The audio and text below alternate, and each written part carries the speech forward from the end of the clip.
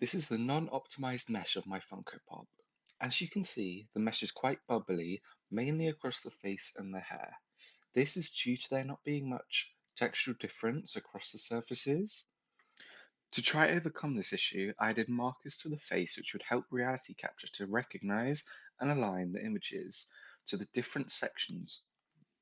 You may also see that the arms of Glinda are not smooth and have a variety of textures. I tried to resolve this by taking more photos of the Funko Pop. I ended up taking over 300 images. However, after putting them into reality capture, it actually had the opposite effect on the mesh than I had hoped for. It was more broken than ever, so I decided to stick with my original photos and just added a couple of new ones in. This is the textured version of my Funko Pop. I'm really happy with how the textures have come out. Unfortunately, the texture isn't fully resembling a Funko Pop and it does look painted onto the mesh. I did try and adjust the roughness, but it didn't really make much of a difference. I'm surprised at how well the crown worked, and same with the wand.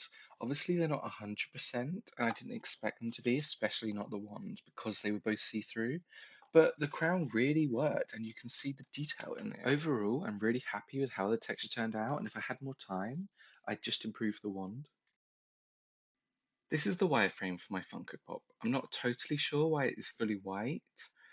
I did try and manual unwrap, however, it wasn't cutting my mesh into separate parts, so I did have to do an auto unwrap. This was due to the mesh connecting in certain areas that I didn't expect it to. Here are 10 images of my Funko Pop. You can see how I took my photos in the Photogrammetry studio and used a film canister to get upshots of my model. This is the non-optimized mesh of my sundial. It picked up an incredible amount of detail across the timekeeper, from the engravings to the chunks of stone missing. I took images on a cloudy day so there would be no shadows projected. The mesh actually has little to no bubbles on it, which I believe is due to the correct lighting and photos I took. I ended up taking 188 images in total, and reality capture actually used all of them.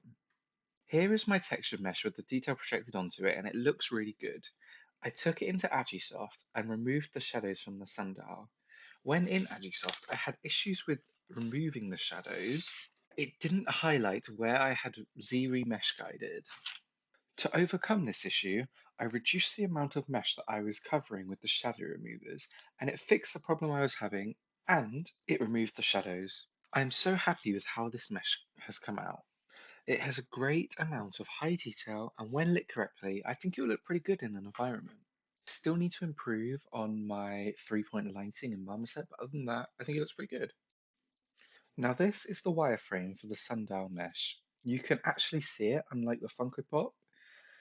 I did manually unwrap this asset and separate it into three different sections. I did the top, the center part, and then I did the base. And overall, I'm very happy with the unwrap. Here are 10 images of my sundial. I did a range of portrait and landscape photos and also some close-ups to capture detail, making sure to overlap when walking around it.